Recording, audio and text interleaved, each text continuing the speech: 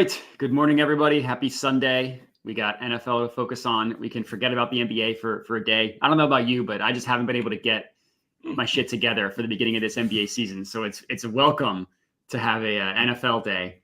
But we're back. Josh, nice to have you back here on a Sunday. It's been a couple weeks since we've been off. One of us was out for a couple weeks. I'm not going to say who, but but how we doing? One of us recently got married. The other one already living that dream, obviously. But nah, man, pretty good. I was a little slow on NFL last week, a little light with the NBA back, to be honest with you, just because I was already in full on prep mode.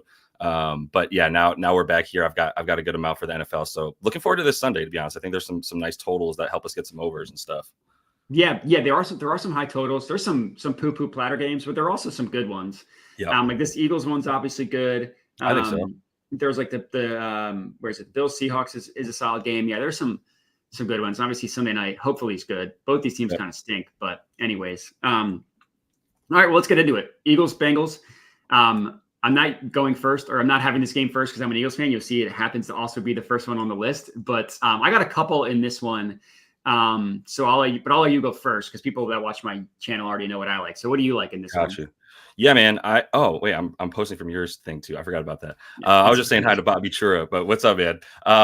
No, I like Jalen Hurts, ATTD. It's plus 150, man. I missed the boat on plus 165 when it opened, but this is a very bad Bengals run defense. And I like that for the fact that Hurts might be able to get, I mean, they're dead last in allowing quarterback rushing yards, first of all, and third worst in terms of rush EPA on defense. So they're going to give up stuff between the tackles to the run game and to Hurts probably as many dialed in calls as they want to give him. But inside the red zone, we already know he's got 19 red zone carries. That's 6th in the league. He's obviously got the tush push work twice last week against the Giants. And I mean, I don't know what team or defensive line you would need to have to be scared that the tush push isn't going to work. I don't think there is one, but it's certainly not Cincinnati's defensive line. I'll tell you that. So they're not getting any push on the adjusted yards before contact or anything like that. So it's nice and simple. I mean, this has been minus 110, minus 120 at times. So I'm going to take it at plus 150. Yeah, and even if those of you that can use 365 plus 160, I mean, that's an insane price. I didn't look at, like, I already had 2 plays on this one, so I didn't want to add another one. That's an insane. I might honestly tell you that's a crazy price on Hurts to score a touchdown. Yeah, that's. I mean, like, and look, and Saquon, who's awesome, is minus 150. Like those two should have the same odds. Agreed. Like Hurts and Saquon should have the same odds. So yes, that maybe because we just saw Saquon doing inhuman things last week, and every week enjoying it, and every week, it's like Red Zone. Every time you watch Red Zone, if it's a cutaway to an Eagles game, Saquon's probably running in a screen with no one else on it next. That's solid. I'll probably will end up tailing you on that one. I haven't locked in my anytime touchdown parlay yet, like how FanDuel gives you the boost, so I might tail you. So I had 2 plays in this one for each team. I took Joe Burrow, 275 plus passing yards. I will admit that I locked this in when I thought before there was any T. Higgins news, because he got injured in practice on Friday. So I'd already locked it in. There was no injury question mark with T. Higgins, and then he just hurt himself in practice. So the odds on this are worse than when I locked it in at. I got him at 136. Looks like you can get a 150 at DraftKings. I would still take it. I get that. Obviously, Joe Burrow's significantly better when he has T. Higgins, but Jamar Chase can go off. I think if it's week 1 or 2, like Gesicki had a couple good weeks in there. Andre Yoshivas is good, so I think that there's still a chance that Burrow could get there, and they're going to need to pass. These teams are going to be scoring. He's going to be passing the ball a ton. The Eagles' rush defense after a couple gross weeks has been pretty good. Basically, you take out that week 2 game against the Falcons. Their rush defense has been pretty good. The last 2 weeks. I mean, granted, it was Browns and Giants, but they couldn't run anything on the Eagles, especially the Giants last week. So I think that's solid. It's again, you can get plus 150. I put a unit on that. But my favorite play of the game, and if you only want to tail one, and I locked in both, I put them both out on YouTube. So I'm fully in on both. But if you only wanted to tail one, I took a Devontae Smith receptions ladder. So these odds have gotten nuked. I locked him in. I got over 4.5 at minus 108. Obviously, you're not. I mean, you're the best odds you're getting are minus 135. I wouldn't touch that. So if I were playing this right now, I would do the over 5.5, which you can get at plus 160, which is close to what I got. I got 174. So it's really just the 4.5 number that got annihilated. And then I would also take the 7+ as well. I wouldn't take it above 7. That's like kind of Devontae Smith's ceiling. But so I'd put a half unit on over 5.5, and I put a quarter unit on the 7+. And the only thing you're missing is the over 4.5. But to me, this is just like the perfect time to buy in on Devontae Smith. Like, it's been 2 quiet games in a row where AJ Brown has had a crazy AJ Brown long touchdown, long pass, whatever. But he hit this in the first 3 games of the season, and he hit 7 receptions in the first 3 games of the season as well on 8, 10, and 10 targets. Now, the last 2 games that he hit it, 10 and 10 targets, that was without AJ Brown. So if you want to strike that from the record, that's fine. Let's just look at the last 30 games that these two have played together, AJ Brown and Devontae Smith. Smith has gotten to at least 5 receptions. So obviously, like, that's why the 4.5 number is the key number here. But over 5 or more in 19 of 30 games. And this is like a thing with the Eagles and with Nick Sirianni. Like, as soon as they made the trade for AJ Brown, if one of those receivers has a quiet couple weeks, like, they're hyper aware. They are very aware that that's going on, and they make it a point to remedy that the following weeks. Like, if you can get odds on like first reception for the Eagles, or like, will this player have a catch on the first drive? That's like a 10-unit whale, just like absolute, just match your bankroll on that play. Cause like, he's going to get targeted early.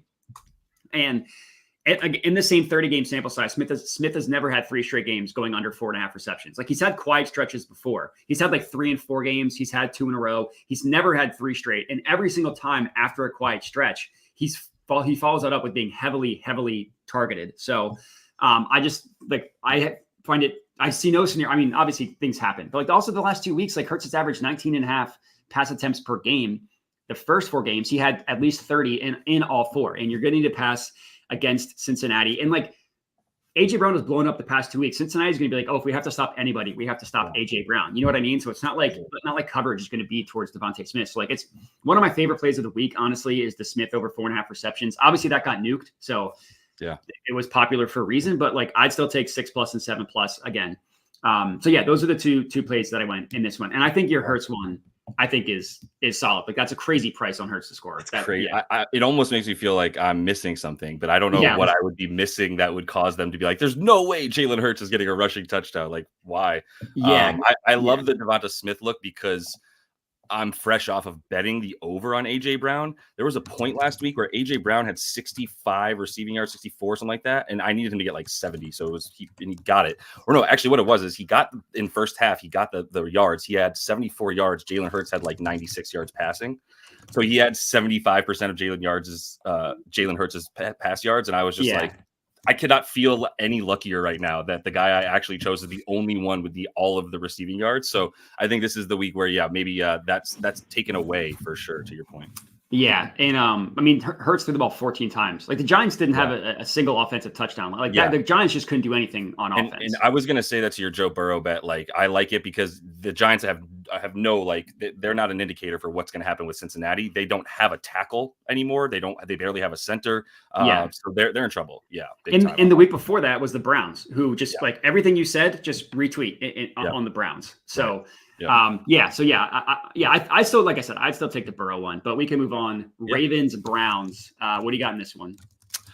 I think the question that a lot of people are asking is, which Browns wide receiver do you want to back? And I think Jameis is probably fine, because once I find myself going, I kind of like an over on both of these receivers, then I just go to the quarterback at that point. So I do like Jameis over 237.5 pass yards, and I'm going with Tillman. I'm going with Cedric Tillman. That's the one that I'm buying into.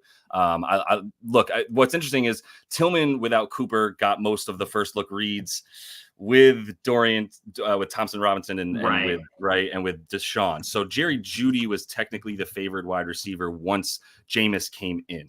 It was just, it was like 4 drives, 3 drives. So like this, not even a sample size at all. But Tillman still has looked like the better receiver when he's been targeted this year. And he did get, 36% of the air yards. He had 34% 34%, I believe, of the 34% of the target share as well. So like he's the dude getting the looks. I at least he seems to be the one capable of getting open more. Has a better separation route. Has a better separation route against zone coverage as well. So I think he'll probably be at least 12 targets last game. If he gets like 8 to 9 targets, I actually took a ladder for him. It was 39.5 yards. I took that over for Tillman there, and then I also took up over 59.5. So did a little ladder there, which I'll send it to you. So it's just nice and easy, but ended up with a little bit of plus 280 on the 59.5 over. So I like it. So you're on both. You're on Jameis and Tillman. Yeah. I went with both of them. If Jerry Jeudy just gets all the yards, whatever, but like 39.5 ain't much to ask.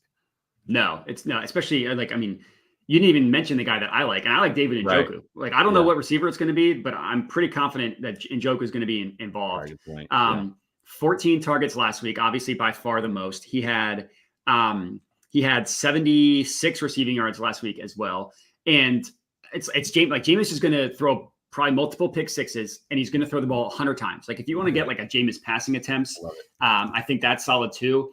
I normally don't touch the attempts market, admittedly, but like, I mean, 34.5, like he might hit that. That's a first half number. Like, he's just going to throw the ball a ton because you cannot run on the Ravens. They allow the lowest rushing yards per game, lowest rushing yards per carry, lowest yards after contact, and fourth lowest yards before contact. So it's like, you're not getting the ball once they touch you. You're also not going far before they touch you. You know what I mean? It's like, they're just an awesome run defense, and they're a pass funnel. Like, that's what they do. They allow 308.4 passing yards per game. That's by far the most in the NFL. No other team is above 285. And that's the Jags, who also have a horrendous pass defense. And specifically to tight ends, only the Chiefs allow more receiving yards to tight ends. So I took Njoku, as I always do. Instead of taking him at the main line, I just pumped it up a little bit. I took 60 plus. I got it at like plus 108. It's right now plus 106. Like, I would still take it at that number. It's super square. Like, the whole world is on Njoku passing yards, but like for good reason. There's another square play that everybody's on that I'm actually kind of on the opposite. Nice. But not this one. This is one that I'm with everybody. It's it checks off too many boxes, and it's still a reasonable number. Like, if this was in the 80s, then you're like, all right, that's a little crazy. But it's wild how that much of an echo chamber it becomes in the NFL. Right? We all have 6 days to look at the same shit, right? So we're inevitably going to come up with a lot of the same stuff. If you get a good number, then that's the name of the game in the NFL. But if you don't, you still are like, look, I can't not bet on Njoku this week. I don't think anybody should blame you. Like, sometimes the square stuff in the NFL just seems even more square because there's more people talking about it than even any other sport, right? So because you have all weekend. Like, a lot of people, like, we all kind of look at the same data points. Like, it doesn't take a rocket scientist to see, the Ravens allow a lot of passing and no rushing. That's not that. Yeah, there's some like random nasty boys where I feel like we can get a different read than the market, but not on this one. And these numbers have gotten nuked. Like, I'm pretty sure someone in my he's normally in the chat, but I guess he must be busy this morning. In my Discord, got it for I think over 49.5 is what it opened up at, or 51.5, like pretty crazy. Now it's 57.5 at most books, 56 at FanDuel. So I have it in for you, just Cedric Tillman ladder. Just let me know what that is. And I'll send that to you right now. Yeah. Input that in the sheet. All right, next up, Titans Lions. Did you have anything for this one? I do not have a bet in this game. No. I wanted to go Tony Pollard under on the rushing and receiving, but then Tajay Spears was officially ruled out. And I was like, well, who else is going to be on the field in the backfield? Yeah. So I just stayed away from this nasty boys game because I just don't want to bet on the Titans in any way, shape, or form anymore. Against them, on them, whatever. I just think they suck. So they're the worst combination where their offense is bad and their defense is good. So there's nothing you can do against. And because their defense is good, teams are like, and their offense sucks. So okay, we'll just play it easy. Like, we're not going to go super aggressive. We don't need to put up a ton of points, so we're not going to give up any pick sixes or anything like that. Yeah, exactly. So I'm not going to bet it. I would lean towards the Pollard under rushing specifically because they're going to be losing a ton and you can't run on the Lions. So 61.5 yards, that's crazy. I get that he's going to get 90% of the running back touches, but that might not, those touches, it might be more passing touches than rushing. So it almost seems like a possibility for a negative correlation bet with the over on the receiving yards, under on the rush yards kind of scenario. But either way, it's just a stay away for me. Yeah, and like you don't have to bet every game. Like, there are better games on the board. This is a stay away. Not to mention All right. some NBA games. Just throwing it out there.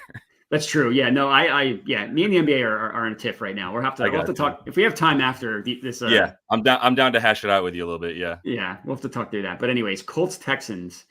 You got anything in this one? Another one I don't. I knew it was gonna be 2 in a row, but yeah, the AFC South is not my favorite division to bet on or watch or talk about or whatever. But so I ended up staying away. A lot of stuff I liked for the Titans, or excuse me, for Houston at first. I was just like, found a bunch of things against it. So I was like 50-50 on so many plays, like Tank Dell look, stuff like that. Is Nico Collins back? No, he's out. It's next week. He's likely coming back, right? Yeah. I think week 10 is when he's coming back. So not even 2 weeks from now. Right. Cool. Okay. Yeah. Unfortunately, no. What do you got for this one? I'm not betting it. If I were to bet it, it'd be Tank Dell. Like, give me one last chance with Tank Dell. Like, like the fade recent results thing. There has to be some sort of positive thing to have happened, which has yet to be the case with Tank Dell. Yeah. But the thing is, like, if he has maybe 4 dropped touchdowns on the season, that like if half those go his way, we feel totally differently about Tank Dell. And it's a 3-game sample size, so take that with a grain of salt. But CJ Stroud has smoked the Colts in his career. Yeah. Game 1 this year, smoked them. It was the end of the last game. The last game of the season last year, when he only had Nico Collins healthy, he smoked him. And then Tank Dell's coming out party last year was against this Colts team. And I remember specifically, it was a primetime game with the Texans where like Tank Dell was streaking down the field, had a ball hit him right in the hands, would have been like a 60-yard touchdown, but he just dropped it. And like physically he looks fine. Like all his metrics look good. So again, there are other plays on the board. So like, I'm not making this an official play, but like, I mean, Tank Dell is like the ultimate, just like plug your nose and bet type of play because like there are a lot of matchup advantages in his favor. He just hasn't done anything this year. So. I know. Yeah. It's like we want to fade recent results, but we at least need some indication that you can even do this. Exactly. And we don't have it. So that's the thing. I feel like some people have jumped the shark on fade recent results where it's like this play hasn't hit all year. Fade recent. But it's like, no, we need to have like the ceiling in order to know that like that's like Devontae Smith. Oh yeah, go ahead. Yeah. That's the fade recent result example. He's been really good. He's sucked recently. So we know he can do it. You know what I mean? It's like, I was going to say, it's not fade results. It's fade recent results. Exactly. That's what I was going to say. Yeah. Exactly. Cool. All right. I got your Cedric Tillman thing. Cool. All right. So we can move on.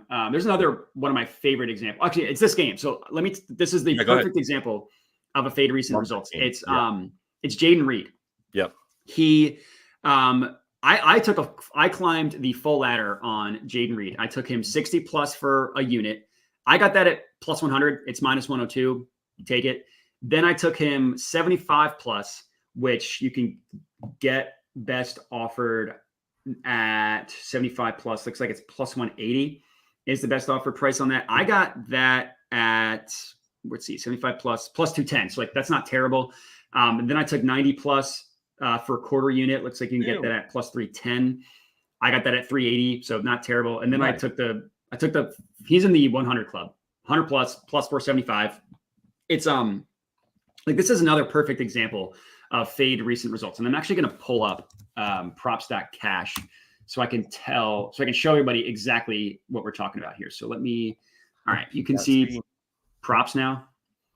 All right, so let's look at his season. So take out these 2 weeks. I bet I can actually do that. Hurt versus Indy, right?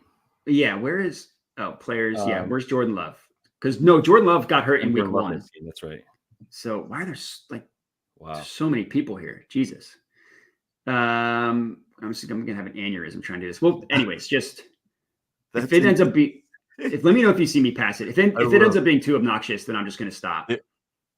For Jordan Love, right? Yeah, there's no. Yeah, I'm just trying to go rhyme or reason to this. Like, I know, just like make it alphabetical, make it something by position. But all right, whatever. So he's played 5 games with Jordan Love. The first 3, 138, 139. 78. That's cashing the full 100 plus ladder in 2 of 3 games and the 75 plus ladder in all 3 games. Now look at the last 2, 28 and so low. It doesn't even tell you the yardage on here. This is like, if this is like what I tell people when I tell people fade recent results, like 3 really good games in a row, 2 horrible games in a row. That's the NFL, man. That's receivers. There's high highs and there's low lows. And this Jaguars passing defense is, as I mentioned, when I was talking about the Ravens, the Jags allow the second most passing yards per game. According to DVOA, they have the worst pass defense in the NFL. They're just so bad, teams don't need to pass on them a ton. But when they do, they have a ton of success. They've allowed the fourth most receiving yards, specifically to wide receivers, second most receiving yards per game. And their defense is terrible. Like the Jags, what they've done is they've tried to zag and play man coverage while everybody else plays zone. Like they play man at the highest rate in the NFL. They're the only team that plays man, or one of the only teams that plays man the majority of the time, but they're terrible at it. And I will admit, like if you just look at raw production, like yards per route run, targets per route run, Reed has better production against zone than he does man. But if you look at more advanced stuff, this is all per fantasy points. His separation score and his win rate are both significantly better against man coverage than zone coverage. The reason why his raw production looks better against zone is because Jordan Love has also been better against zone than man. But this man coverage against the Jags might as well not even matter. So because of how bad they are, it's not like a good defense that plays man coverage. So again, I climbed the full ladder with Jayden Reed. As soon as I'm done talking, I'll add your Cedric Tillman, and then I'll add this Jayden Reed ladder as well. But yeah, this is like, again, this and the Devontae Smith one, like some of my favorite plays on the board are these two. So I like that. Anyways, what do you got in this one? I just put Jayden Reed back in my starting lineup for fantasy today. So thank you for that. There you go. He's going to blow up. I actually didn't have a choice. T. Higgins is pretty much out. So, but either way, I was waffling. I actually just went with Jordan Love because I'm tired of trying to figure out which Packers receiver this week is going to do it.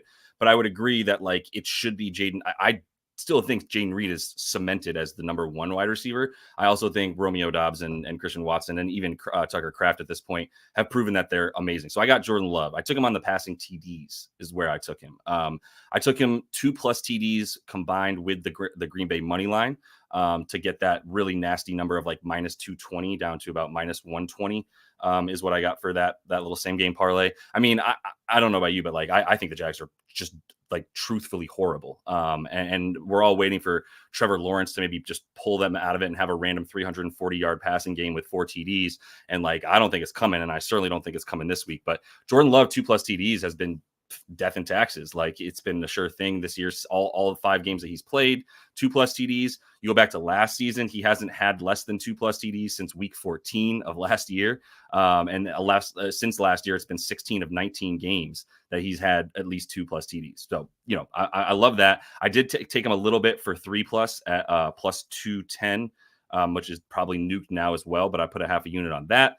And I love him to do really well in this game against let's call it the worst pass defense in the league. To your point, it is slightly worse than the Ravens, but I like him, and I actually am fading Christian Kirk as well. So Jordan Love's going to take us to the promised land. By the way, I mean he's leading the league in TD rate as well per pass. So, but Christian Kirk under 43.5 receiving yards. I'm a big like with or without this guy kind of guy. Like I like to see what happens with and without players on the field. And a lot of times you'll see receivers eat into each other's, usage and their production, but it's going to be Evan Ingram that I think is eating into Christian Kirk's production this year. There's some really stark numbers with and without Evan Ingram. So with Ingram, in the 3 games that he's played with Ingram, he has 13 targets in 3 games, 5 catches in 3 games, 93 receiving yards in 3 games. So 31 yards a game, not even 2 catches a game, barely getting targeted. 3rd in target share, tied for 3rd. So 3rd and 4th, basically, in those games with Ingram. So he falls way down the line, but without Ingram, 29 targets, 20 catches, 227. And so it's all his averages go up to like 50 yards a game, about 5 catches per game, about 6 targets per game, 7 targets actually. So like it's just his usage just drops all the way down. He's got more routes run as well. They drop by about like 5-6% in terms of the route percentage that he has with and without Ingram. So and then Green Bay is really good versus the slot as well. I mean this is one position that I think I can really bank on. How do you defend this one part of the field? Because on the outside, are you on the left? Are you on the right? Are you an X receiver, a Y receiver? I don't have to figure that out with the slot. I can just go, there's one dude guarding the slot every time. I can bank on that cornerback being the guy guarding him. And then I know where this dude's running. So, the Green Bay versus the slot, top 10 in limiting yards per target, yards per route run, and yards per reception as well. Really low yards per attempt and catch there. So, this is a nice little hit spot. I love Christian Kirk. He was their deep threat at one point. He doesn't really have that anymore now that Brian Thomas Jr. is clearly that, and Trevor Lawrence sucks all again. I don't think he's good for the yards in this one. Yeah, I like the fade on Christian Kirk. I think that's good. So you had Jordan Love passing touchdowns So how'd you? Sorry, I was typing. How'd you play that again? So 2+ combined with the Green Bay money line. That's what a it little was. SGP. Okay. Yeah. Okay. And then you had 3+ for a sprinkle, right? For a half a unit on 3+ at +210. Got it. Okay. Cool. Just want to answer dude's question because he's talking about my like a co-host I have on a different show, but we have a show on thelines.com. So he's still around. We got our football show that we do and basketball, but just you do a show on the lines.com? Yeah. Oh, good for you. Yeah. Yeah, I've been doing that for a few years. I didn't know that. All right. So what were the odds that you got on the Packers money line /love? That was -120. -120. Perfect. All right. Sorry, I'm just trying to update. No, you're good. Yeah. Everybody knows it. Cool. All right. Yeah. Let's move on. Next game, Cardinals Dolphins. What do you got in this one? The chalkiest of the chalk. Let me get Tyreek Hill anytime touchdown. I got it at +120. I doubt if it's even money or better, it's still wonderful. Maybe I've just +120 still there. Oh, let's go. I love it. Yeah, I'm just conditioned to see Tyreek Hill with a -120 next to his name. And I just go like, I'm not putting money on a receiver to get a touchdown, even if it is Tyreek Hill. Well, I think that they're going to be force feeding the ball. I mean, I try not to although with NFL, I bring conjecture into things a little bit more than the NBA, I would say, where I'm like, either, what their motivation is. And I think the Dolphins are motivated to give Tyreek Hill the ball. He's been vocally angry the last however many weeks since Tua has been out. He's been visibly angry as well. So like, it's pretty clear that they're going to need to make him happy. He's got touchdowns when he plays with Tua in 13 of 18 career games. So getting plus money for something that has an implied probability of around like 65%, I think is a pretty good number there. So I just got to take that number alone. I mean, if you want to talk about how bad the Cardinals are through the air, we can. It's the only thing that comes up for me is they also suck so much against the run. You can do whatever you pick your poison, right? Yeah. But they are 32nd in success rate. They've allowed 8 touchdowns to the wide receiver position. And I can see Tyreek Hill with 2 plays over 30 yards, a 60-yard play. Something's going to the house. So I thought you were going to say the play that I'm on because I'm also going the chalkiest play possible. Give me Tyreek Hill yards. I laddered him. I took him 90 plus. I took him 100 plus and 110 plus. That's how I played it. So it looks like 90 plus 122 at FanDuel. That actually might be a better price. Yeah, I got plus 115. So that's a better price than what I got. I don't love when that happens, but I don't care.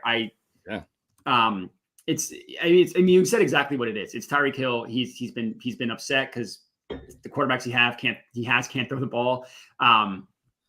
And he said people to start him. He told people to start him in fantasy. So I'm going to take him at his word. And Tyreek Hill with Tua is just like a different animal. It's night and day. You really can't take anything what happened from the past couple weeks and then be like, and try to extrapolate that out. You know what I mean? I do. And just look at like what he has done if you just isolate the games with Tua last couple years. He's had at least 90 receiving yards in 11 of 19. He's gotten to 100 in 10 of 19 and 110 receiving yards in 8 of 19 games. So like, that's really good history with Tua. Cardinals, as you mentioned, their pass defense is terrible. 4th worst passing defensive DVOA. They've allowed the 7th most receiving yards to wide receivers, but you have to look at like per attempt, per target. Highest yards per attempt in the NFL. Highest yards per target in the NFL. 5th highest yards per reception. So you're telling me this is like a defense that can give up big plays when you're going up against Tyreek Hill, who like they can save their season. Like their season's not totally over. Like they can get a wild card spot if they go on a run.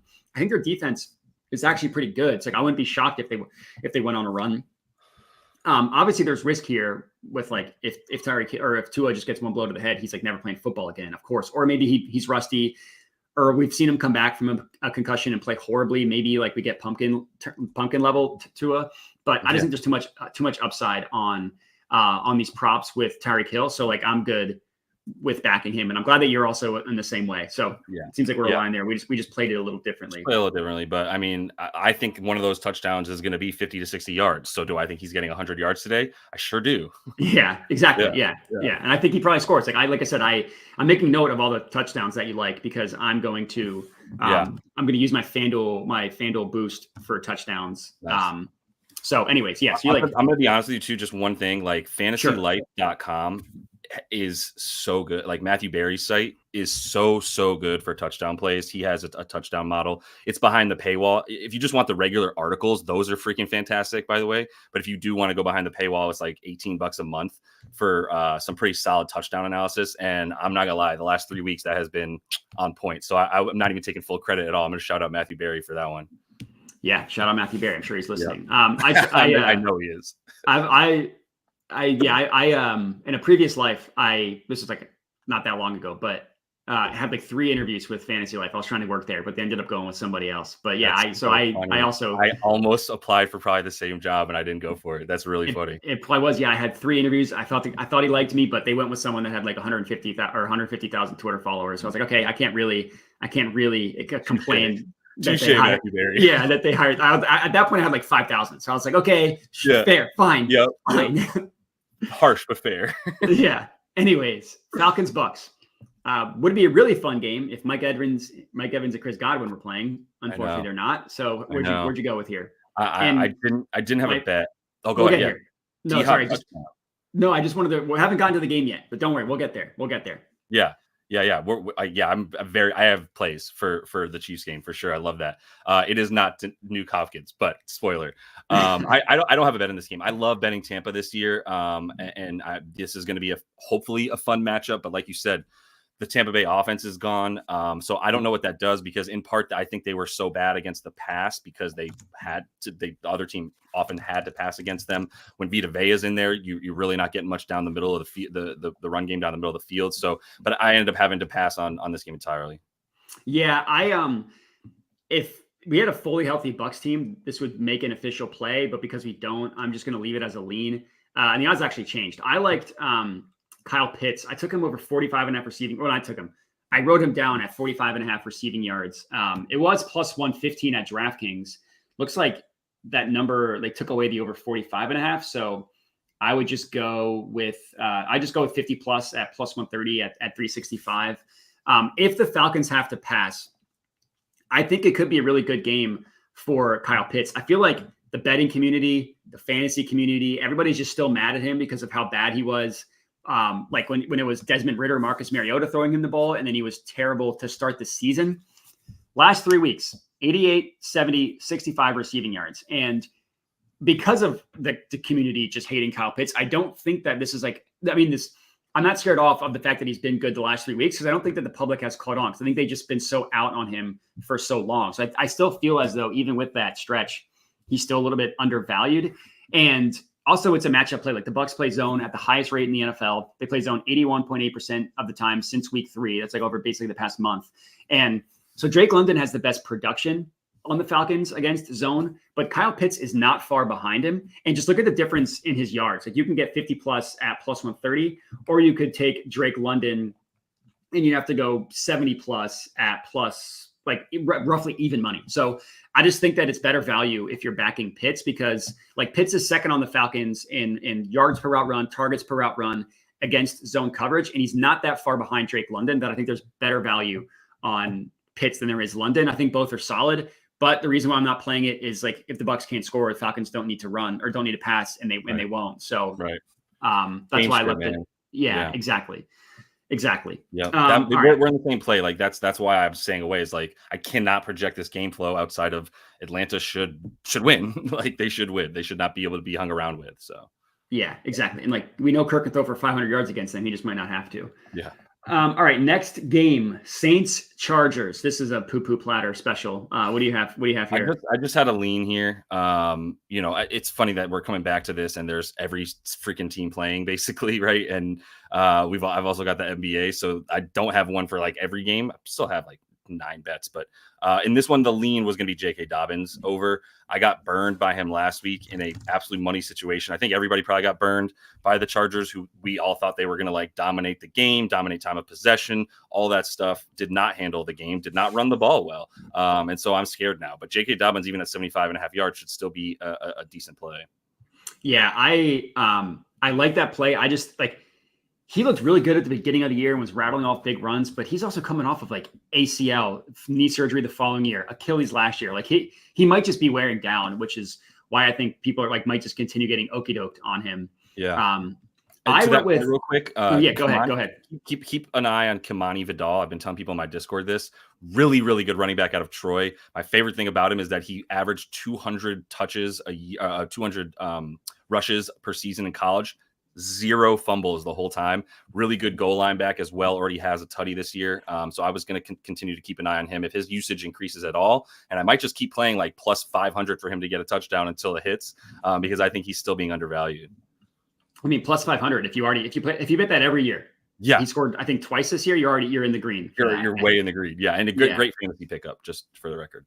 Let's see. So yeah, he's plus looks like 392 if you use Sport Trade, 380 if you use. Yeah, I mean that's solid, especially if Dobbins turns into a pumpkin. I'm kind of like you. I didn't actually bet anything, but I think that the under on Kamara rushing yards is it's like a fishy line that is like, why is that at 56.5? Like look at what Kamara's done the past 3 games in 20, 40, 10 rushing yards. Those last 2 are without Derek Carr. And like the Chargers rush defense is generally pretty good. Like last week, everybody thinks they stink because James Conner went off against them, and he did. He 100% did. But they've only allowed 4 running backs to go over this number, the 56.5 number on the season. And 3 of those 4 did it on better than 4 yards per carry. The only one that went over the rushing prop of 56.5 with less than 4 yards per carry was Najee Harris, who had 3.9. So like basically did it. Then that was a game the Steelers were winning the entire time. So they just kind of led with the ground game because Justin Herbert got hurt in that game. Right. Another game when a running back went over was against the Chiefs, where Herbert was coming back from that injury and their Chiefs were winning that entire game. Yep. Saints are not going to be winning this entire game. And you take out the first 2 weeks, which is clearly an outlier in terms of their rushing performance. 4th lowest rushing yards per carry, 5th lowest yards after contact per attempt, 8th lowest yards before contact per attempt. I like looking at both of those because sometimes like their offensive line stinks, but the running back's good enough to get yards after contact. Or if you're like Saquon Barkley, your yards after contact is terrible because your yards before contact is the best in the NFL. So like when he gets touched, is basically 50 yards on the field when he's getting tackled. Right. Saints are bad all across the board. And like, I mean, what are the Chargers defense going to do? They're going to say, hey, yeah, we're not going to let Kamara beat us. Spencer Rattler, if you can throw on us, so be it. But he's not going to be able to because that guy stinks. So yeah, that was going to be my main point in support of you is like Spencer Rattler's so bad that if you've watched Kamara, I mean, when they played a couple of weeks ago, bracketed by just totally bracketed. You could not get. He couldn't go anywhere. Like I've never seen a running back bracketed by like a defensive lineman and a linebacker. It was wild. It's like boxing 1 in the NBA. Yeah. Like that's how they play Kamara. Totally. That's what they're playing. They're playing boxing 10 or boxing whatever, right? Like it's all about knowing where Kamara is on the field. I liked his under last week as well. And I totally buy it. The only thing I'll say is there's 2 ways to look at it because I always talk about the stinky bet where you're like, this is fishy. It's so fishy that I'm going to do exactly what the book wants me to do almost because that's just too fishy. But in this case, I could also see it being like the book trying to sucker in fish by going like, here's 55.5 for Kamara. This is one of the best running backs in the league. Like, and look at what the Saints did the first 2 weeks of the year. It's like, right. But either way, I think it's you got to go under with anybody when Spencer Rattler's on the field. He's not an NFL quarterback right now. He's awful. Yeah, he's terrible. Yeah. There's like some nasty boy receivers that'll probably go over. And I did hit Bub Means receiving yards last week. That was a victory for me. But all right, that's enough of this game. Yeah. All right, next Bills Seahawks. This is actually a pretty fun game. I think so. What do you like in this one? I think this is gonna be a fun game. I like both the RBs to score. Put that out on Friday, whatever today is, Sunday. Yeah, so 2 days ago. But I do like starting with Kenneth Skywalker, as I call him. Wow, he is he was minus 120 when I got him. I'm sure that became a popular play and is getting nuked. I mean, the Bills are bad versus running backs. It's just they've given up a ton. I mean, they've given up the most fantasy points to running backs in the league. I know that as well because I've been targeting those guys each week, whether it's with receiving, rushing and receiving or what have you. So I'm going to continue to go with that with Kenny Walker there, who has an 80% usage rate inside in goal to go situations. So like he's getting the ball. James Cook still had a good number. I got him at plus 125. Oh, nice. That's still hanging around. Sick. Yeah. So I think that's that. Anytime we get that number, I like it because I know that what's baked into it is that Josh Allen plays in the same offense as James Cook. And that is the only quarterback, the number one quarterback that you would assume is going to get a goal line carry, even more so than Jalen Hurts this year. Although I think Hurts this year has him out-touched inside the red zone. Either way, like they're both getting a ton of rushes, but that's baked into the number. I still like him to either get it via the rush or the pass, the reception for James Cook. So I think both of those guys are going to be good. I think DK Metcalf is playing, but he was still pretty banged up. Is he? I thought he was out, but I didn't look. Was he out? At that. I didn't see. I don't know. I mean, nothing official has been been said. I thought that he was going to be out, but yeah, it only adds to it for the Kenneth Walker stuff because I don't think Zach Charbonnet is stealing that. And I like both those dudes to have a pretty good game. I think it should be pretty high scoring. I mean, that Seahawks defense is putrid. And now Terrell Brandon is also out for the Bills, so that defense is going to look way worse than when he's out there. That's for sure. So I think both guys are going to be able to have some success in terms of the run game. Yeah, I like that. The Kenneth Walker, touchdown, totally cool. I'm good with that. I think he's probably going to score. His yards is what I would tell people to be careful of because you take out that week 3 performance for the Bills and their rushing stats look completely different. Like an 80-yard untouched run from Derrick Henry is going to nuke your yards. But if you just look at since that game, their rushing defense has been middle of the pack. I'm not going to say they've been good, but they've been average, and they're really good at tackling. Their yards before contact is middle of the pack. The yards after contact is very good. And that's Kenneth Walker's superpower is breaking tackles. So no doubt. The only thing is Terrell Brandon's going to be a big deal there too. But that's not just him being out isn't a reason to like the yards. I don't like the trajectory of the Seahawks team, and without DK Metcalf to take the lid off the top, you don't have to. You can just play cover 4. You just have everybody stand 25 yards in. You're good to go. They're not throwing the ball past that at that point. Yeah, no, I agree. Touchdown, I'm cool with. I was just yards is what I would tell people to be careful with. That's fair. I liked James Cook rushing yards. That was my play in this one.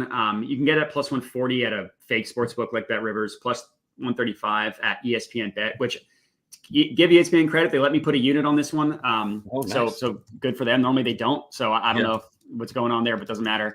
The Seahawks defense, the first 3 weeks of the year was the best defense in the NFL. But you look at their schedule, they played the Patriots, they played the Dolphins without Tua, and they played Bo Nix's first game when he couldn't pass. They had the easiest stretch of opponents in the first 3 weeks. Since then, they've gotten smoked by the running back. They have allowed since I guess this is actually the entire season, which looks even worse if you just look at the last couple of weeks. But on the year, 4th most rushing yards allowed per game, 5th most rushing yards per carry allowed, 5th most yards after contact, and 7th highest adjusted rushing yards allowed before contact. So it's what I love to look at. They give up the most, top 7 both before and after contact.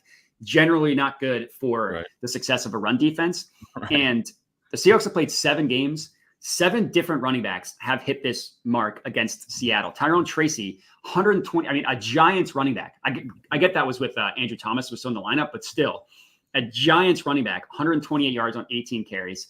Bijan Robinson hit this 100 yards on 21 carries. In the 49ers game, both Isaac Arendo and Jordan Mason hit this. Arendo had 99 yards on 10 carries. Mason had 73 on 9 carries. Antonio Gibson hit this in a game. Both him and Ramondre Stevenson hit it in the same game. Both Jahmyr Gibbs and David Montgomery hit it in the same game. They've just been gotten smoked by the running back. And James Cook has been good. The last couple of weeks have been tough matchups, but you weren't going to target him against the Ravens and the Titans. Those are the last two times he went under 70 rushing yards. You weren't going to touch him against either of those teams.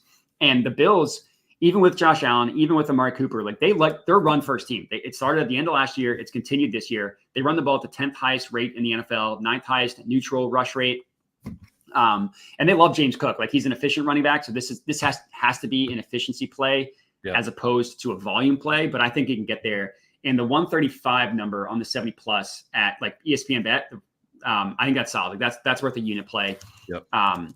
So that's where I went in this one. We're kind of aligned with we are. And I think part of it is that the Bills are, I think we're both saying the Bills are going to be pretty good on offense. And the bad games that James Cook has had, they're getting their butts kicked, man. They're getting blown out. He got injured versus the Texans for a little bit. We're getting blown out in that one as well. Like any of the bad games are pretty explainable for him. And I think it's very obvious that the Bills want to run the ball a lot. It's very, very like they've been doing that since they got Joe Brady in there. Exactly. Year, right. For Ken Dorsey. I was eyeing all the stuff for James Cook at the beginning of the year because I knew it was undervalued when he was going to be the focal point of the offense because they don't have the same receivers that they've had until they get Cooper. Fine. But like they haven't had Diggs and Gabe Davis. So they've been struggling and it was obvious for a while. And I still think they want to do that. And Seattle is a turnstile. They're going to let you run right by them. So.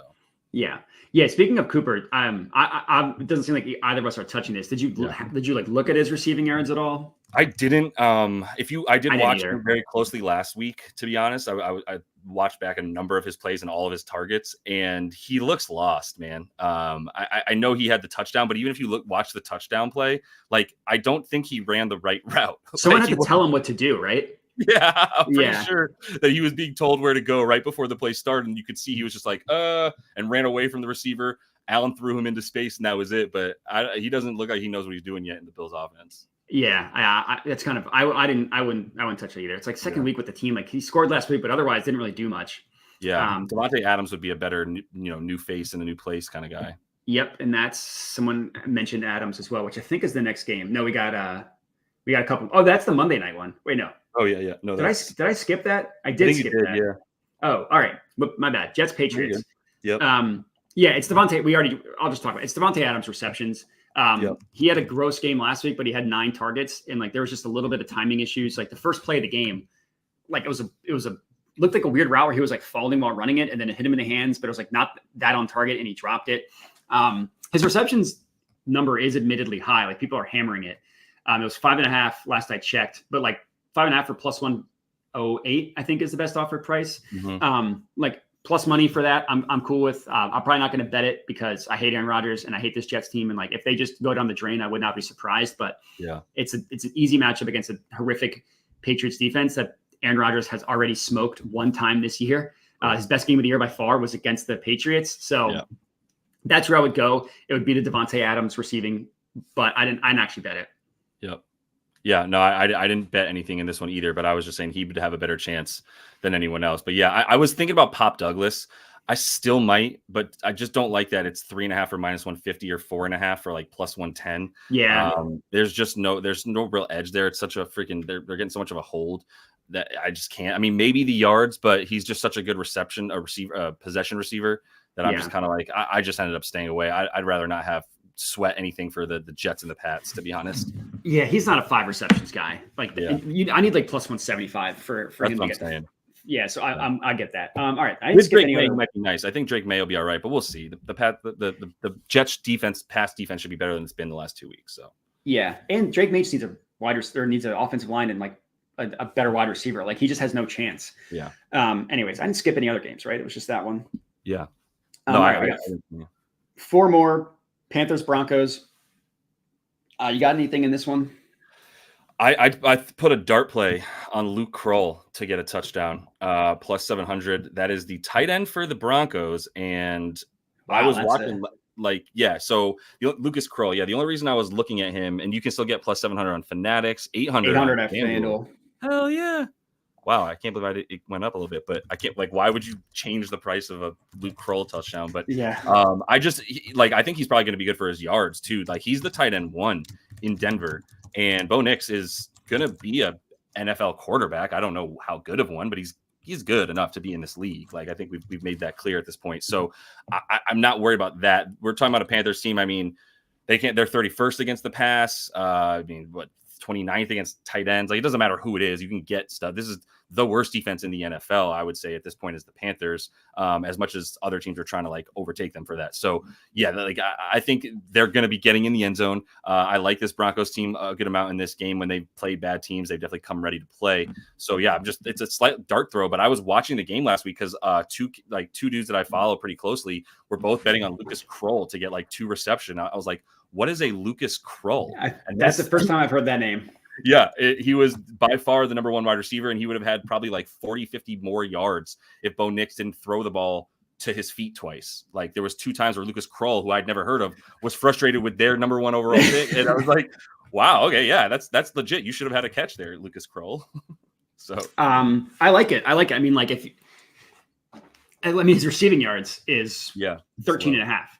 Yeah. Is like literally 13 and a half. Like that's or 10 and a half if you want to eat the juice, which I wouldn't do that. Yeah. No. I think that's solid. I mean, it doesn't take much to convince me to bet a player I've never heard of, because I'm like, okay, like I know that's going to be a low prop, and nobody just like fires that off the hip. You know what I mean? Like that that takes some deep knowledge. You gotta find that. Yeah. And exactly. Yeah. It was like Prop Bomb and DK DFS who were both on it last week with his receptions. And I was like, I don't know where you guys are finding this shit, but I like it. So yeah. I love it. I mean, if the Hawk is in here, he'd cream his pants hearing a nasty boy at 13 and a half receiving yards. Love it. All right, we can move on. Yeah, I know I'm not touching this game. It would be Javonte Williams rushing or anytime touchdown, but like Sean Payton is the worst with his running back usage. Like it could just be a Jaleel McLaughlin game for no reason. So annoying. Like Javonte does seem to be like he's starting to cook a little bit. But like you're telling me I have to pay minus money on every book except for Hard Rock for him to score. Like I'm good. No thanks. Yeah, I don't think there's any value on that. So all right, let's move on. Yep. These last couple games I don't have much. This is the only one that I do, and I do like the value of a D-Hop touchdown because, like, I get it. He might not know the offense. It might be a Amari Cooper situation where he's turning over, like people are telling him what route to run. But if he's ever going to have a high usage, it would be in the red zone where it's just like, hey, Pat, like he's just going to run a slant, and like he's plus 210 to score. Like that's a insane price for someone in the Juju Smith-Schuster / Rashee Rice role. Now I get Smith already knew the offense. Rashee Rice is like 10 years younger than DeAndre Hopkins, so I'm not saying it's equal, but like Juju Smith-Schuster can't move anymore. His knees are shot, and he was going off for this Chiefs offense. He should have had a touchdown a couple weeks ago, hit him in the hands, ended up being the big man interception return. But you're giving me plus 210 odds. I think that's solid. And like I'm not going to pretend that I've dialed in on the Titans film, but the ball knowers that I trust on Twitter say that he's not obviously as athletic as he was, but spatial awareness is still as good as it was, and he knows how to use space. He's like kind of like a Kelsey in that role. It's like as you get less athletic, you just understand the nuances of route running and how to get open. So I would only take the touchdown. I wouldn't take yards, props, or receptions, anything like that. But plus 210 for him to score, like that's worth a half unit sprinkle, in my opinion. And that's all I would take it for, is that half unit. But I mean, new toy for Patty Mahomes. Andy Reid was like, why wouldn't we use him? So yeah, that's what I'm putting in the sheet. For something like a possession like that, like you're saying, like possession play where he can like box out a defender and get the space for a touchdown thrown up top. Yeah, I think that's how you bet on Nuke at this point in his career. Yeah. Yep. Cool. So what do you got in this one? This one, I like Kareem Hunt. Got him at 63.5 rushing yards. I'm pretty sure you got to take it at like 66.5 now. But like Kareem Hunt till I die, man. I mean, this dude is just being used like freaking Larry Johnson. Like he's, Priest Holmes, Larry Johnson, like all the dudes that used to get 400, 300, carries in a season. Like that's where he's at now. He had 22 and 27 in his last two. First game he played, he had 14. And that was after he literally came off the couch eating TV dinners, watching football. And then he's playing 2 days later and getting 14 carries, especially because Carson Steele fumbled in that game. And I thought he was going to have more carries in that game, and then he lost it. So this is a run team. I still think, I don't know what it's going to take for the public to realize that this is not the Chiefs team that threw 36 times per game with Pat Mahomes 4 years ago. This is a Chiefs team with the best defense in the league, with the top 3 offensive line, maybe the best offensive line in the league as well at this point, especially their interior lineman, which is great for Hunt. And they trust him. So they're giving him the ball. They have the 7th lowest pass percentage. They're running the ball a ton. We know that. They don't have anybody to throw to unless you consider Nuke that. And I mean, even Travis Kelce looks relatively washed, at least compared to what he was. So they're going to have to run the ball. I love the attempt. It's at 17.5 attempts, and I definitely wouldn't even be going under on that in this game versus the Raiders, who have a terrible rush defense, pretty good pass defense comparatively. So Andy Reid and company, just take what they give you and like go, just go get the easy W. I think the Sharps betting this down was smart too. It was double digits, but like the Chiefs just do what they have to do. They don't do more than that. They just are like, we know every first down is about third down. We're just going to keep this drive going. It's going to have 12 to 15 plays in it. And then we're going to score off of that. So I love them to win this game by like 7 or less, but I love Kareem Hunt to be used a ton. So this is not our friendly Patty Mahomes and Chiefs offense. They're putting up 40 burgers week after week. It's just, you have to divorce yourself from what you thought of the Chiefs from 2022 and prior to that versus the last 2 years. It's just a different team, and they have a good defense now. That's the biggest thing. Their defense is good, so they don't have to put up these high flying games. Yeah. I thought Patty Mahomes under pass attempts was also a look in the same vein. I didn't end up playing it. You kind of got in my head a little bit. I'm not gonna lie to you when you were like, I think that these are accurately, set. Like the market's pretty accurate around attempts and targets and things like that. So like, yeah.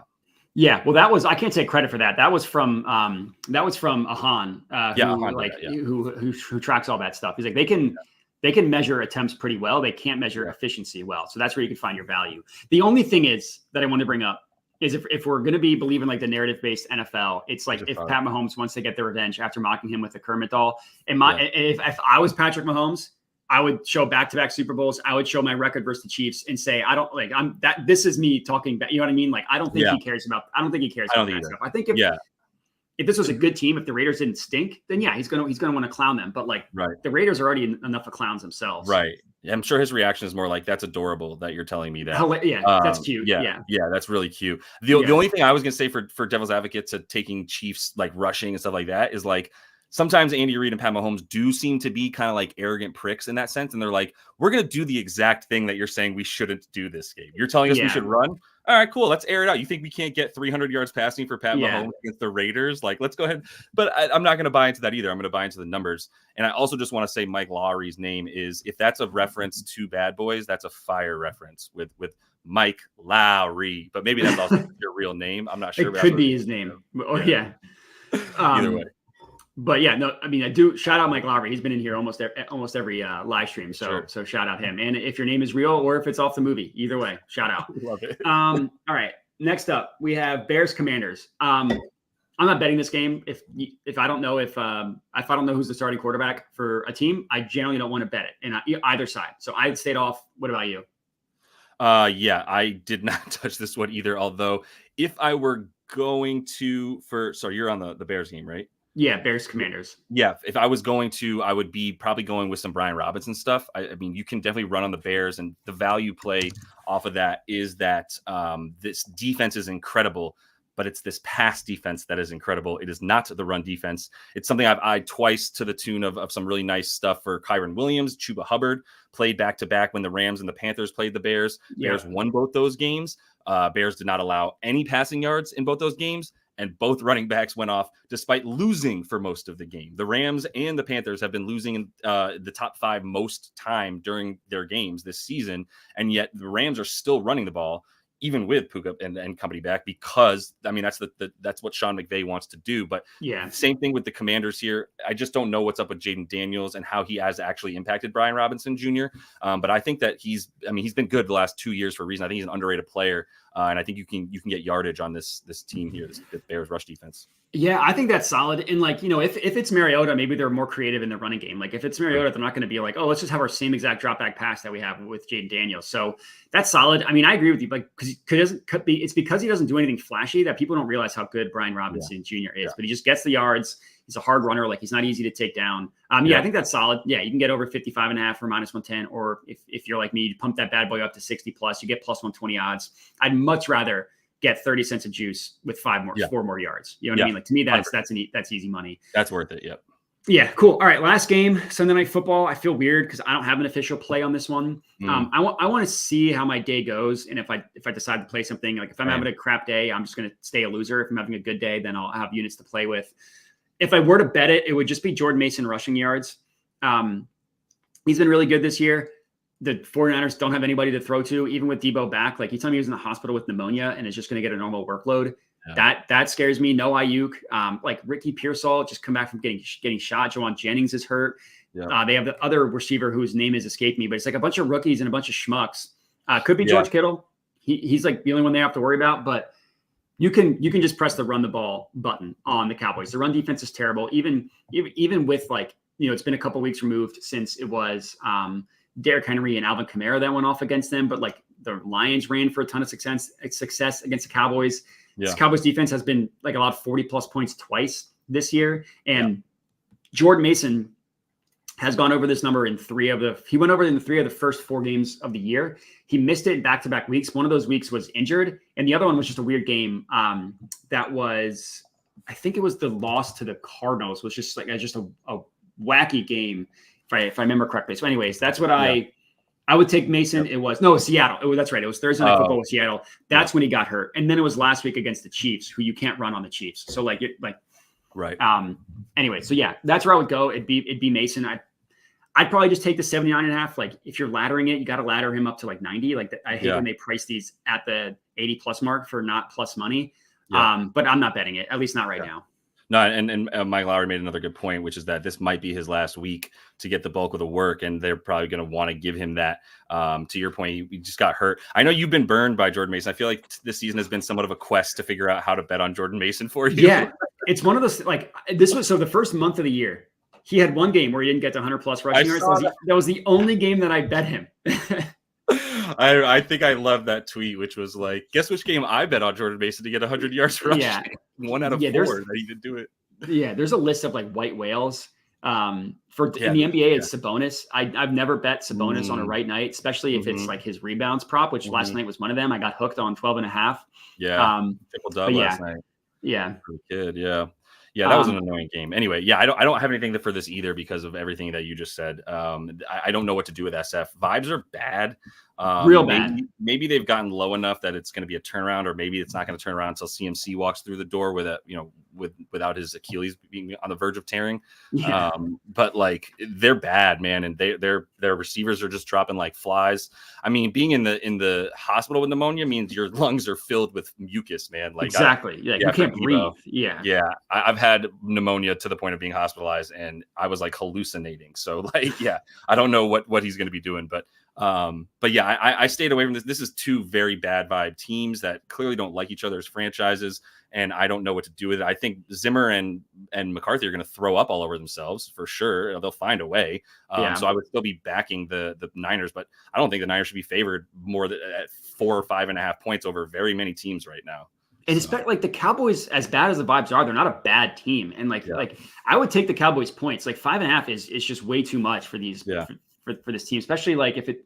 I mean, last year post bye week is when the Cowboys offense took off. You can't just be like, I'm just going to press the post bye week button. You know what I mean? Like it's not exactly the same thing. Because why did they do that to begin this year if it like worked last year? So, so yeah, all right. So that's every game. I did want to get to questions because I kind of leave those for the end. So people that have anything.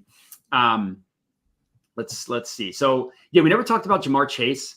Are you on anything with him with T Higgins out, or are you staying? I hadn't had time to think of it. Yeah, T Higgins was like officially, like really almost officially ruled out this morning. Yesterday he was still, I guess he started to go from healthy to questionable into doubtful. So I hadn't had time to look at it though. I think he's out. I don't think he's going to play in this one. I already have him out the fantasy lineup. What was I going to say about this one? I mean, the pass defense is bad. That pass defense is bad. It is.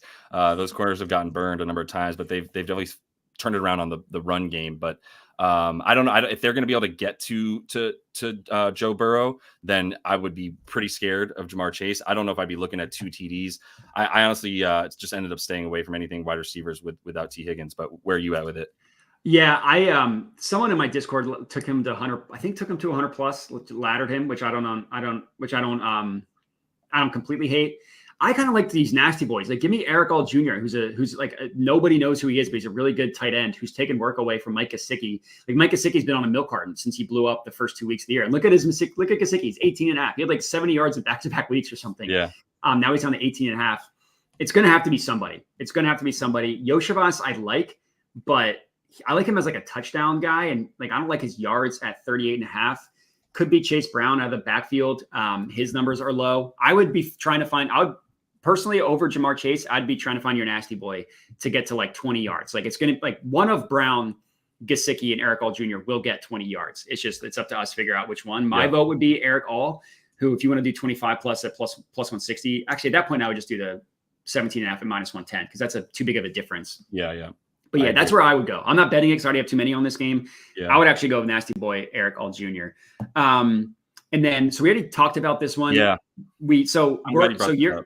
You're on Kroll on the Broncos side. Yeah. And my bad. I didn't mean to do that. Oh, you're good. And then we already talked about Pop Douglas. His receptions line is too juiced, and we don't like his yards. So yeah. Yeah, I mean, I definitely like Troy Franklin a little bit better.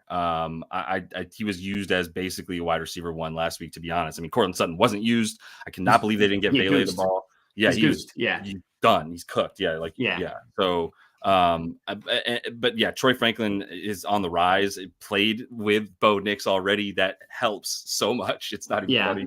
I'm sure other receivers, when they see their college teammates coming into the same thing, are like, damn it, we're not going to see the ball anymore. But yeah, I think Troy Franklin's still good for 7 to 8 targets per game right now. Yeah. All right. We already talked about this one. NBA is a different story. This is a loaded question because there's like 7 different sources I use for NBA. What I use the most is NBA.com. Their advanced stats is phenomenal. I use props.cash just to look at like ceiling potential and like what like fading recent results, like that type of thing. Props Madness is also solid. I think they're good. And then I like Courtside Pal, but the website's down. It's like, hey, guess what? The beginning season started. All right, we're not going to have our website open anymore. Like that's so I can give you a cheat code on that, and I'll put this in the chat right now. But you have to. So what I'm almost positive is happening on Courtside Pal is that they are trying to move all the data from 2023 to 2024. They don't have enough 2024 data to use it, so you have to go. I'll put this link right in the chat. I know you're talking about. But What's it that? only works for last year's data. Like right. if you want to look at how they did last year, yeah. Right. So it's only last year's data. And what I'm sending in the chat is this is directly to a specific player. So you have to have a player chosen. This link was what I bookmarked last year. It happens to be Trey Mann, who I searched. So this takes you right to Trey Mann, but you can then at least search for the player you want and the site will come up because it's 2023 data and you have to have a specific player ID, like whatever this player ID equals 1630544 in the URL. That's Trey Mann's player ID. So you have to have a player listed to be able to use this site right now until they get it updated to 2024. Yeah. I mean, that's probably what they're doing. It's just bad. It's a bad look. Like, oh hell yeah, the season's starting. I'm going to go to this website. Oh, we're down. Yeah. I don't know what's up with them, but yeah. Yeah. No, not making an NBA video today. Like I said, we're on a break, and me and NBA are on a break. I cannot figure out the beginning of the season. I mean, Lamar 2+ passing touchdowns is a little silly. I will admit that. We can go look at and see what the prices are. Lamar's been he's been insane. Like, let's see. Yeah. Plus 140. I mean, that's a good price. Plus 140 at Bet365. I'm not going to bet it because I already have too much outstanding, but that's a solid price, especially when you just line shot that. That's a good look. Shout out Floyd Mayweather. Hell yeah. And it is National Tight Ends Day. It is. So if that makes you really? Like officially? Yeah. Damn. I think so. At least, or people are just like posting tweets saying like it's my National Tight End Day, but I'm pretty sure it is. Yeah. Where did that stem from? That last year was the first year that I even saw that was a thing. It's the NFL celebrates National Tight Ends Day on the 4th weekend of October, which is week 8 in 2024. So it is National Tight Ends Day. Weird. All right. That as you said, that is as I was like also putting a little bit on sprinkling on that plus 800 for the Lucas Pearl. I will tell that. Cool. All right. I appreciate everybody for tuning in. Is there anything left you have for today? Or if you have anything for the NBA that you just want to quickly rattle off, go for it. No, I'm about to get into NBA stuff today. I hate betting the NBA on the weekends, man. I know that there's stuff taken into consideration, like resting players who want to rest because they don't want to travel on Saturday. They want to hang out with their kid. Like all that stuff happens. So I hate it, but I'm going to be finding some stuff for the NBA. I'm up about 5.5 units in the first 5 nights. So I'm feeling pretty good about it right now. Must be nice. I'm not. Yeah. I'm not up 5. I didn't want to rub it in, but no, please. But I mean, that's good. I've been playing the nasty boys, dude. I've been doing like under 4.5 assists for Wembanyama last night. That kind of shit. Yeah, my self scouting it's like at the beginning of the year, you don't really your brain doesn't process blowouts. Yeah, and your brain doesn't also process that teams might slow roll their best players, or that they just might start the year cold. So like that's kind of. Some mistakes have been made. Some of it's been bad luck. Some of it's been bad reads. But the underlying factor is the word bad is how it's going to start. You know that both of us know this from experience at this point that like even if you start the season poorly, you're going to hit a nice little bump. You're going to have a streak. You're going to get your units back up, and then you're going to be right back on that bitch. But you just the confidence has to come back too. So I've been playing everything for a half unit. So it's like an over 4 day feels gross. I'm down 2 units, and like eventually we'll upgrade those. So it's the unit. Isn't terrible. It's just been it's been rough, but it is what it is. We'll get through it. Cool. All right. Well, Real quick, Josh, just tell people where they can find you, your Twitter, your YouTube channel, which Yeah, I man. guess we're technically streaming to, but for Right. anybody that's watching on mine. Yep, for sure. Yeah, on Twitter and all the social medias, it's JL Boogie. But I mean, if you look for Land Your Bets, I do the YouTube show as well. So I've got daily basketball, doing the live show as well every day, 5:30 p.m. Eastern on the weekdays. So we're looking at all the NBA bets together. But yeah, really just diving strongly into the NBA on the YouTube channel and on Twitter and everything. So gonna have you on next week, by the way, for the live show. I'll be there either Tuesday or Wednesday, one of the days, or Porque no las dos. But yeah, I'll be there. So. Cool. All right. Well, everybody, appreciate you for tuning in. Make sure to follow Josh everywhere. Christopher, thank you. Appreciate that. Follow me, at least for the NFL. If you want to fade me on the NBA, I would not blame you. The good news, like the NFL heater has been like 6 weeks long. So like I'm cool overall. I'm good. The NFL has treated me very well, and it started slow. So like that's just kind of maybe I'm just like a Derrick Henry who I just need a couple weeks to get my feet wet. And then, but everybody, let's all win our bets today. Let's all bet responsibly, and I'll catch you tomorrow for Monday night stream.